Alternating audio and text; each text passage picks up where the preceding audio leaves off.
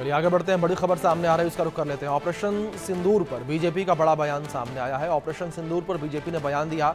Operation सिंदूर 100% सफल हुआ। BJP ने कहा 100% सफलता की बात कही है। पहली बार न्यूक्लियर देश में घुसकर हमला किया, ये कहा गया बीजेपी के द्वारा। आतंकियों के 9 ठिकाने ध्वस्त किए, तो बीजेपी ने कहा है। ये बड़ी खबर सामने आ रही है। संबित पात्रा ने प्रेस कॉन्फ्रेंस करके इस बात को कहा, पाकिस्तान की 11 एयरबेस को हमने तबाह किया। बीजेपी ने प्रेस कॉन्फ्रेंस करके कहा है ये पाकिस्तान का एक एक हिस्सा भारत की पहुंच में। तो बड़ी खबर है ये, पाकिस्तान का एक एक हिस्सा अछूता नहीं है। भारत का पाकिस्तान का कोई भी हिस्सा अछूता नहीं है।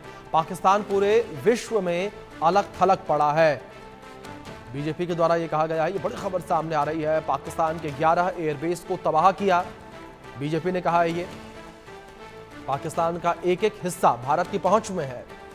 तो बड़ी खबर है, पाकिस्तान का कोई भी हिस्सा अछूता नहीं है। तो बड़ी खबर आप तक पहुंचा दे, बीजेपी के द्वारा कहा गया है ये।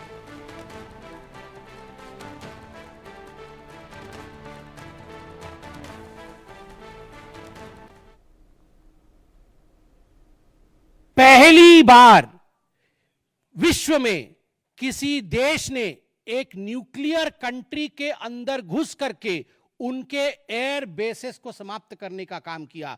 पाकिस्तान एक न्यूक्लियर कंट्री है, उसके अंदर घुस करके उनके एयर बेसेस को 20% पाकिस्तान के एयरफोर्स के इंफ्रास्ट्रक्चर को भारतवर्ष ने नाकाम कर दिया। 20% of PAF's infra was destroyed by India.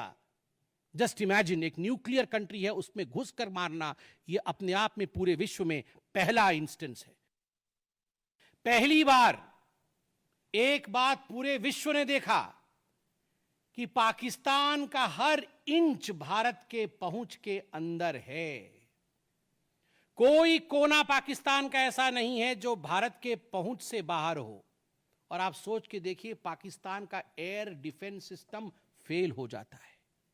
Pakistan का एयर डिफेंस सिस्टम फेल हो जाता है जिस समय 6 और 7 के रात के बीच ये पूरी कार्यवाही हो रही थी। रफाल विमान द्वारा स्काल्प और हैमर मिसाइल्स के माध्यम से 23 मिनट के अंदर, 23 मिनट्स के अंदर एक विंडो था, जिस विंडो के अंदर ये 9 के 9 आतंकवादी ठिकाने उन्हें ध्वस्त कर दिए गए। 23 मिनट में पूरा विश्व ने देखा कि भारत क्या कर सकता है।